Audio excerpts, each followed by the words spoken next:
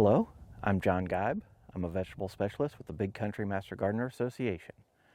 Welcome to the first in a series of videos talking about what you need to be doing in your vegetable garden for the following month. Well, the holiday season is upon us. Time for us to spend some time with friends and family. While most people think of winter as the time to relax and be lazy, those of us in West Texas understand that winter can be one of the busier seasons of the year, right behind summer. The weather has changed and fall is finally here. Our first and second frost have already hit, and we're just sitting there trying to see what we need to be doing in December in our vegetable garden. First things first, everything that cannot handle a frost may still be good for a couple of weeks if they survive the freeze. Keep an eye out on the weather forecast. Our temperatures can fluctuate easily from 30 degrees to 90 degrees, which can really stress our gardens. For those warm weather plants that you still have growing, think tomatoes, squash, green beans, melons, continue harvesting from them. If you have plants that are looking sickly, frost damage, or run down, feel free to go ahead and pull them out and send them to the compost pile if they are not diseased. Any warm weather plants that had frost damage, feel free to trim off what died during the freeze and toss those into the compost pile to recycle for next year. Currently, my tomatoes seen here are still producing, but the tops of which got hit by the frost look really ugly. If a frost is on the horizon, go through the garden and harvest anything that is ready.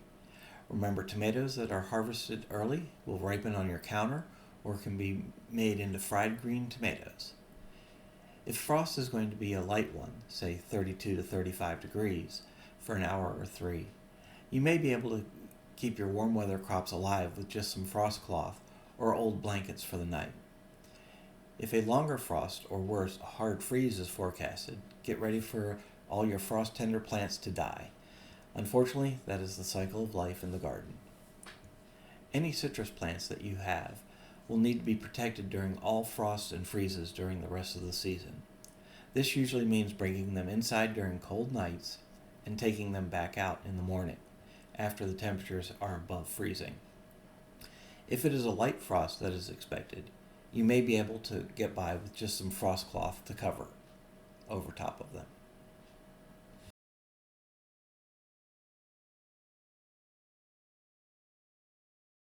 Your cool weather crops should already be planted in the garden. Keep these watered as usual. If you need to, you can add a few extra plants to your beds. You'll need to do these plants as transplants and not seeds.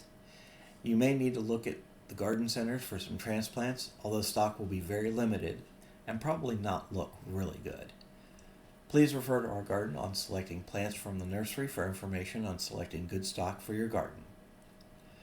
Plants that can be planted in late November and early December are broccoli, kale, lettuce, peas, radishes, and spinach. Remember that most of these cool weather crops do not like 85 or 90 degree temperatures that we can sometimes see in the early to mid-fall. If forecasted temperatures are above the mid-80s and you're planning on transplanting out some plants, wait a day or two until it cools off a little bit more. Start your cleanup projects for the winter. The cool weather of fall and the early winter makes for a good time to start a lot of the gardening projects that were put off due to the summer heat. Remember, if you're using integrated pest management practices as we recommend, a lot of the gardening cleanup will wait until March. Leaving the gardens messy will allow for bugs to overwinter in your garden. While this means the pests will survive the winter, it also means that the predators will too, and they will be waiting for the pests in the spring when the weather starts to warm. Well, that is all for today.